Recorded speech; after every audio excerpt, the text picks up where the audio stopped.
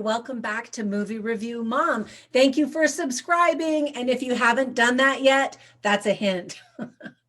Today, the movie I'm reviewing is The Empty Man. This movie is rated R. It's 2 hours and 17 minutes. That's a long movie.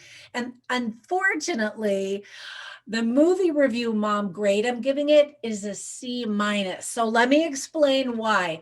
In a nutshell, you'd never know that this was a Disney movie. Well, sort of. 20th Century Fox actually had its label on it before the Disney acquisition. And in fact, they didn't even remove the name 20th Century from it after the fact, but whatever. A trailer just showed up suddenly online, and then next week the movie was in theaters. So it's interesting how very little marketing has been done on this movie, as if they were just trying to toss it out there to cash in on the Halloween market. The movie is based on Cullen Bunn and Vanessa R. Del Rey's The Empty Man comic series published by Boom Studios.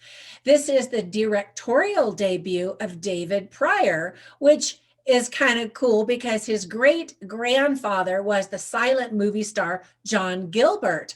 So I love that family business is in film. So good luck to David Pryor.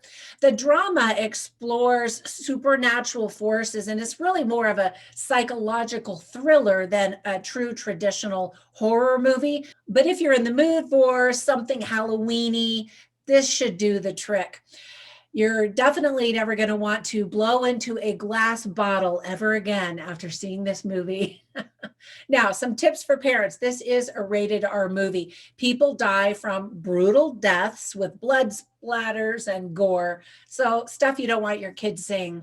There's profanity, including quite a few F-bombs, and you see the naked back and front of a teenage girl. Now, some themes worth talking about are the power of thought.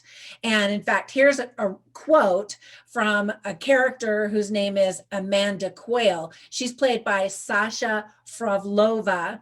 And she says, and this is kind of the big gist of the movie, this idea. She says, what if there's a secret truth? What if our thoughts actually begin somewhere else and travel through us like a signal traveling down a wire? Thoughts that are old, hidden, and singular. Dun, dun, dun. So another thing that she always says is thought plus time plus concentration equals flesh. So chew on that little nugget for a while to see if it makes sense to you, especially to see how the filmmaker is trying to get us to buy into all of this. Now, some things that I liked about the movie are, first of all, the opening music. It's creepy, letting you know you're in for an interesting journey, and it definitely sets the tone for the movie. At the beginning of the movie, some hikers cross a pretty scary but picturesque bridge. It turns out that the one traveler who hears the empty man becomes a bridge of sorts between humanity and the empty man. In fact, bridges are a frequent and important motif in the story, so be sure and look out for those. The word pontifex can literally be translated to mean bridge maker, or the man who negotiates with God. The Pontifex Institute studies the bridge with its followers. And so the main character goes to this Pontifex Institute to try to figure out what's going on. And so again, look for bridges, pictures on walls, and that kind of thing. For example, when James, the protagonist, first enters the Pontifex Institute, the camera shows and kind of scans past a painting in the hallway of the very cabin in which the four travelers stayed in earlier in the movie. Dun, dun, dun. There's some beautiful cinematography. The sound design was noticeably very good. And maybe you're not supposed to notice the sound, but it was really creepy and very effective. If you're a Lovecraft horror fan, you might enjoy this style of storytelling. There's only a teeny tiny bit of humor, and it's when the protagonist attends a lecture at the Pontifex Institute, and he explains to someone that he's very familiar with some of these concepts because he grew up in San Francisco. You know, it's kind of hippy dippy, far out type of stuff. There are plenty of jump scares for people who like that kind of thing. And there was an interesting cultural statement, I thought, on the overuse of cell phones in one scene when a man attacked another guy and threw him into his car to kidnap him. He looked around to see if anybody had seen what he had done, but the camera scans and you see all of these people just walking by, and they're looking down at their cell phones and they're plugged into headphones or earbuds or whatever. Nobody saw what happened. So there's a little lesson for us all there to look up from our cell phones every now and then to see what's actually happening in the real world. If you enjoy contemplating Nietzsche and other philosophers, I think you're really going to get a kick out of some of the conversations and lectures at this Pontifex Institute. It was really fun to see Stephen Root in a couple of those scenes. He's the big lecturer that teaches some of these concepts to a very eager audience. James Badge Dale is the protagonist, and he carries the weight of the movie, I thought, really well. I saw another reviewer say he was terrible and boring, but I think that he carried like the intensity and the inquisitiveness in his face pretty much the entire time, because you're like wondering what's going on. And so he kind of mirrors that, I think, for the audience. I really like stories that are somewhat circular. And really, I used to never watch horror movies because I just didn't want to be scared. Years ago, I started watching a movie that I didn't even know was a horror movie until I was kind of in the thick of it. And so I kept watching it, and I thought it was really good. And it has that circular element that I'm talking about. And I highly recommend it. It's called The Skeleton Key. So check that one out. And I'll give you some more recommendations here in just a few minutes. But first, let me tell you about some of the things that I didn't like. First of all, the trailer and the movie are quite different from each other. The trailer kind of portrays a traditional horror movie with teenagers doing stupid things, yelling and screaming and dying, and yet the movie really isn't like that. There is a little element of that, but it is so much broader. So you might be surprised if that's the kind of movie that you were expecting.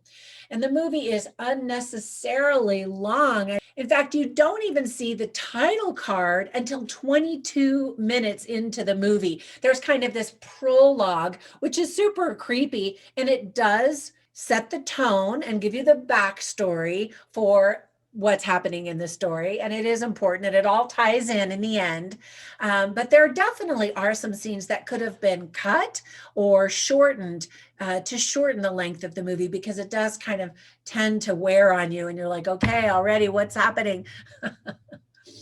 Act 3 is sadly a confusing mess. They're trying to tie things together, and some things work, and then some things are just really too much of a stretch. And when you go back and you think about prior scenes, they don't make any sense.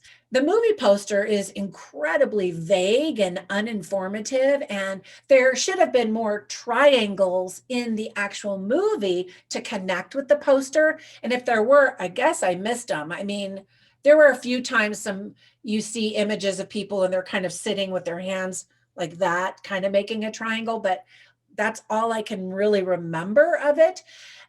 Maybe they're just supposed to represent an empty vessel, like this empty man. And so actually, I think on the movie poster, because bridges is such a powerful motif, there should have been a picture of a creepy bridge or something on the poster. I think that would have been more compelling. And then one of my complaints about pretty much every horror movie is that the characters always make such terrible choices. And it makes me just think, oh, I wouldn't do that. Like they always walk in a dark, creepy room. Like, turn on the lights, first of all. There are a lot of horror cliches in this movie. And there are also so many long stretches of the movie where nothing's really happening or progressing as much. And so you kind of start to lose your interest and look at your watch and think, okay, where's this leading to? And when is this going to end? All right. So for those reasons, and probably more, that's why I gave it the grade that I did. You can see the lines that I wrote from the movie on my website, moviereviewmom.com. But before we go, let me give you a few recommendations. Before I mentioned the movie, The Skeleton Key. And by the way, be sure and click down in the description below, and that'll have the links to these videos so that you can find them really quickly. And if you rent or purchase the videos, that helps support my channel a little bit. Two movies that this movie has been compared to are The Bye Bye Man and Candyman. So those are both creepy, a little bit of a loop going on, and you know, the idea that if you say a name or a word, that will invoke this evil creature of sorts. Anyway, so if you're into that kind of thing, then check those movies out. All right, that's it for my review. I hope you enjoy this movie if you choose to see it. I hope you have a happy Halloween, and I will catch you in the next one. Bye for now.